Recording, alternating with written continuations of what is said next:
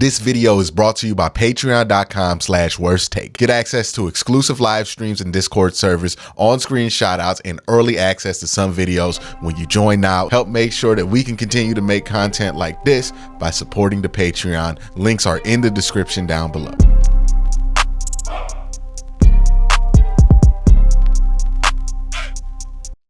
So some fun stuff happened today. The Cleveland Browns announced that they're going to be doing what a lot of you guys on this channel, in this comment section, on Twitter have been not just begging, almost downright demanding that the Browns bring back. So much so that when I was making my membership tier banners, I even made this the last tier, the mythical white helmet stripe, right? Because we've been yelling about it for so long. Well, it's a reality. It's actually happening. And this kind of came out of nowhere. I had no idea that this was coming. It just kind of dropped. I thought it was an April Fool's joke, but it would make no sense to drop an April Fool's joke in the middle of July. And I think it also confirms some other things that I think are interesting, right? That we're keeping those 1946 throwback jerseys. I also wonder if this means that we're going to be keeping the white face mask, right? I think there's a lot of nods to the Browns past that they're trying to do now, now that they can have more creative freedom with the helmet. And this will be the first time week 2, and they released a list of what the uniform colorway is going to look like. So this is the 1946 uniform, just with the white helmet. LeBron James thought it looked pretty good, so that's a good sign. This is another look of it with David Njoku in it. And then this is the schedule. So they're going to pull this thing out week 2 versus Pittsburgh, week 6 versus the 49ers, and week 17 versus the New York Jets. And again, I think what the Browns are trying to do, especially since 2020 was when they brought out the new retro jerseys, basically just course correcting from what they did with the Oregon Duck uniforms or whatever. We got to come up with a nickname for the monstrosity of jersey that they wore during their worst era, right? Between 2017 and 2019, like those jerseys, I don't know what to call them.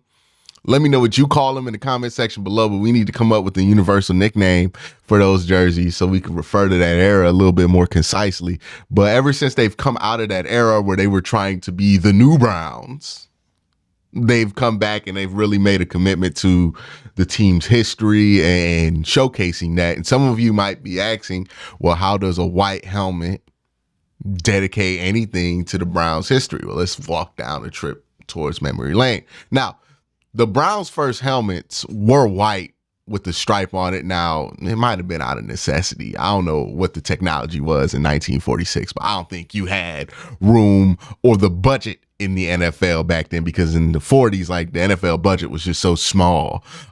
It wasn't anywhere near the league that we see today. It was very much like 4th, 5th, even 6th to boxing and baseball at the time. Football really wasn't a blimp on the radar. And if it was college football. And if it was college football, it was Ivy League football. That's how long ago these jerseys are referring to.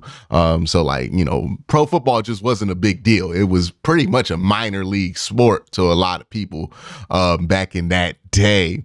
But back in that day, the Browns used to wear white helmets, whether that be because of necessity or lack of color options, lack of budget. That's why they wore the white helmets. And now when they wear their 1946 throwbacks, they can be somewhat accurate, even though it's hard to be accurate with the uniform from 1946 because pads have changed, uniform standards have changed, helmets have changed dramatically. So now for the first time since the 50s, they're going to be wearing white helmets, which is really, really cool. What this stirred up, though, when the Browns announced this, was what's been bubbling under the surface all summer is in this rivalry with the Cincinnati Bengals and Bengal fans. And it's always interesting to me how upset Bengal fans can sometimes get over things that aren't necessarily insults to them. And one of those things being that, you know, the Browns pulled out a white helmet and Bengal fans wanted to jump out and be like, oh, they copying us. Like, we got white tiger stripes on that helmet. It's just a white helmet. But Bengal fans came out talking about, well, not even Bengal fans. I haven't really seen a lot of Bengal fans being upset about it. I've only seen the Cincinnati Bengals Twitter page be upset about this. So the Cincinnati Bengals Twitter page came out and was basically being petty, and this got people arguing about Paul Brown and Mike Brown and all this stuff and what the Browns history is. And that made me want to give you guys a reminder at this point of what the history of pretty much the AFC North is, right? It's basically all Art Modell's fault. If you ever look around in this division and you hate how tough this division is and everything about it, blame Art Modell. And I'm not being hyperbolic when I say that. I'm being deadly literal, because Art Modell created 3 of the 4 teams in the AFC North because of his own incompetence. How did this happen? Well, I'll tell you. When he took power in for the Cleveland Browns, him and Paul Brown always had kind of a struggle. Paul Brown always thought that whether he owned the team or not, that this was his team, because it was his branding. He was the identity, the force behind it. Like, he was the most important employee. He felt like he was the Cleveland Browns, but he did not own the Cleveland Browns. Art Modell owned the Cleveland Browns. Art Modell's ego wanted to push out Paul Brown just because he wanted to feel like the team was his. So he did that. He pushed out Paul Brown. Paul Brown was upset. Eventually, down the line, we get to the 60s. He starts the Cincinnati Bengals. The reason Cincinnati Bengals colors are so similar to the Browns, the reason the Cincinnati Bengals have the same initials as the Cleveland Browns, it's not a coincidence. That's why they are how they are. Paul Brown wanted to make that team as similar to the Cleveland Browns as he could, because he never felt like the Browns weren't his team. You can listen to old interviews of him. He'll say that he always felt like he's still a Browns fan because the Browns are his team. But, you know, he doesn't own them anymore, or well, not own them. He never owned the team. He was just kind of the main face of the team, but he got pushed out by Art Modell. So boom, Cincinnati Bengals are created because Art Modell's ego can't maintain having Paul Brown on the team. Cool.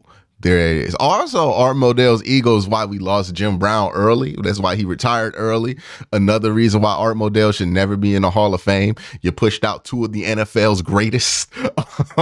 And then in 94, he goes bankrupt because he doesn't know how to manage money. He goes bankrupt trying to pay the bonus on Andre Rison's contract.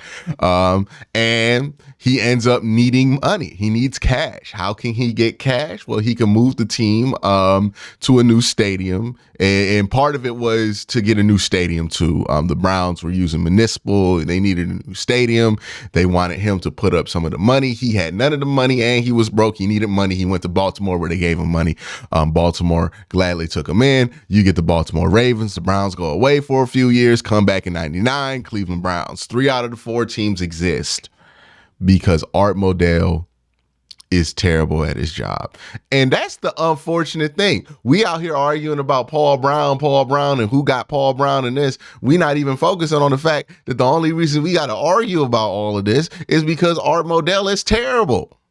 And I feel like any chance there is to remind people that Art Modell is bad at his job, that Art Modell does not deserve a sacred place in NFL history, that Art Modell only deserves to be known as a cautionary tale of what it means to be a truly bad owner in a league where it's really bad to be that bad at owning a football team because the losses are spread amongst every other team.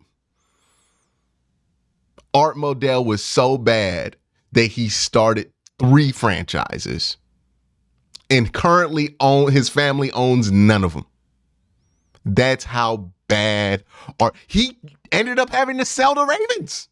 He was such a bad owner. He's so bad at his job. And this is rare for an owner to be so bad, because again, there's no such thing as being a good owner, but there definitely is a thing of being a bad owner. And it's really hard to be a bad owner. Like, you have to jump over so many hurdles that the league puts in your way to make sure that you don't tank this whole thing by being awful. And Art Modell not only cleared them, he cleared them by like 30 feet and bankrupt almost 3 franchises. He is insanely awful as an owner. And I feel like we are missing an opportunity here to unite and talk about how bad Art Modell is. But instead we out here arguing about white helmets and who owns the claim to what and everything else, because Bengal fans can never accept that they exist because of the ineptitude of Art Modell. They want to believe like the whatever lie that the Brown family tells right now. I don't even know if they even telling a lie, but it feels like they are. The fact that not a lot of Bengal fans understand their own history of their own team.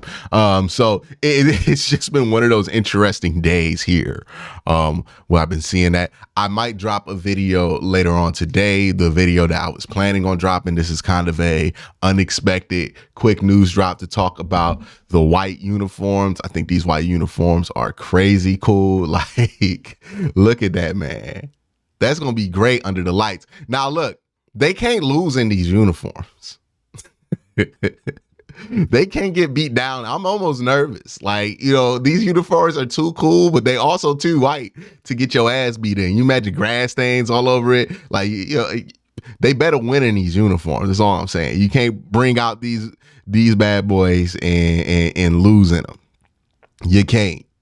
I don't want to see Deshaun Watson have all this green on his jersey, so y'all better block during that game. But this is more or less the Browns coming back to their history. We have the white helmets. We have the throwback jerseys from 1946. We have the original, well, not the original, the classic Browns uniforms back. We brought back the orange pants. A lot of things that the Browns have like been hesitant to embrace since they came back in 99 over the last few years. They really have done a good job of embracing. I think that has a lot to do with J.W. Johnson. I think this is one of his initiatives to kind of embrace the past of the Cleveland Browns while also embracing new things that might have been in the past by having a fresh look on him. I think he's done a great job with that kind of stuff. Now I just need to know, is the white face mask coming back?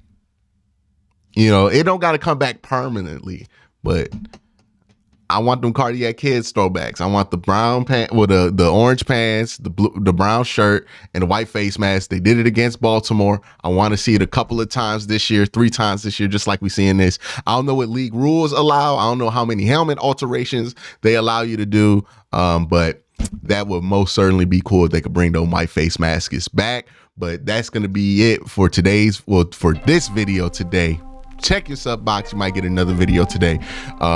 But y'all have a great day. Have a good night.